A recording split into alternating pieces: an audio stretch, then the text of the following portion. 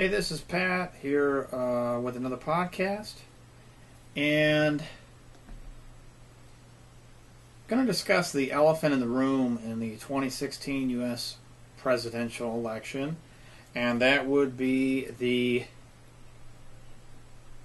news that Vermont Senator Bernie Sanders could be endorsing presumptive Democratic nominee Hillary Clinton as soon as Tuesday, July 12th. It's several news sources are reporting that they're scheduled to do a joint event together, and word is that it could be an endorsement from Bernie. So, last I read, obviously Bernie Sanders has been fighting the good fight for all the progressives, the young people, and all the new people who he's brought into the process, trying to get, as much as he can for us, trying to ensure that the Democratic Party has the most progressive party platform in history. And so obviously that's what he's been fighting for, this very progressive party platform. Not wearing the sunglasses today, try to be coy.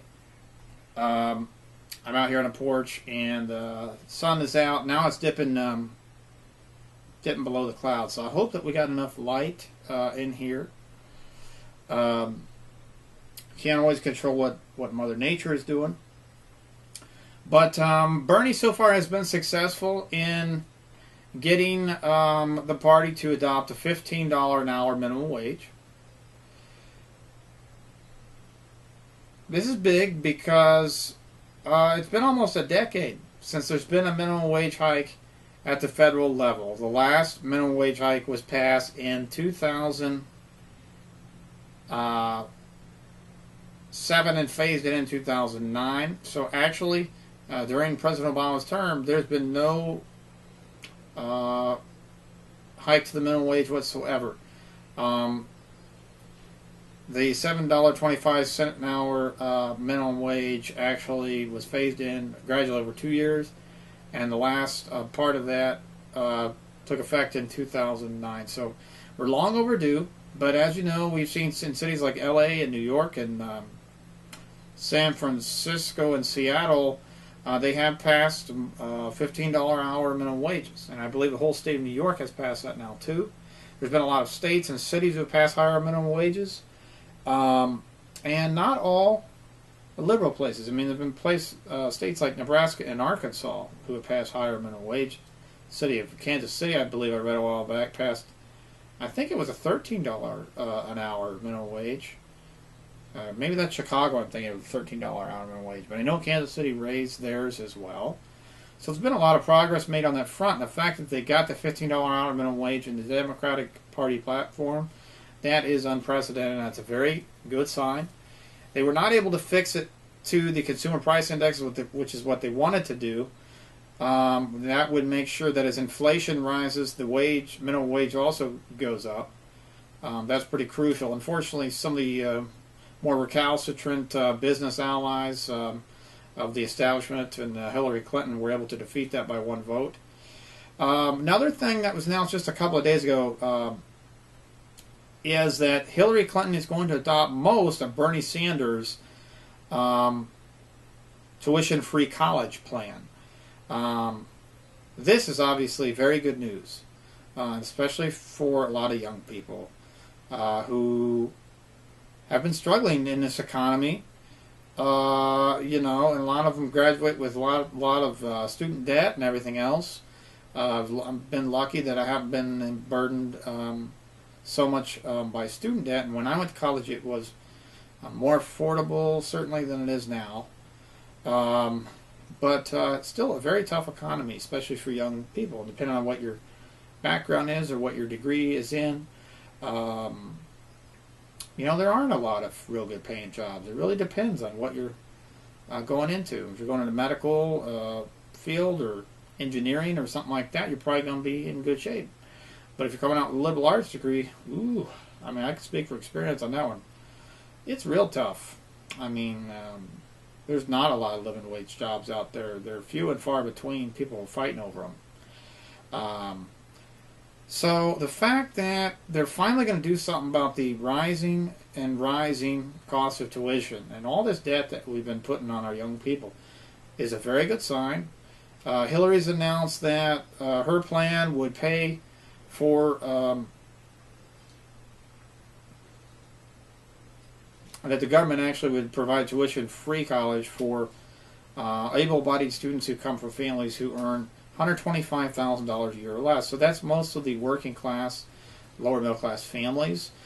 People who are upper income still going to be expected to pay their own way with college, and, as they should. It should be a means-tested thing.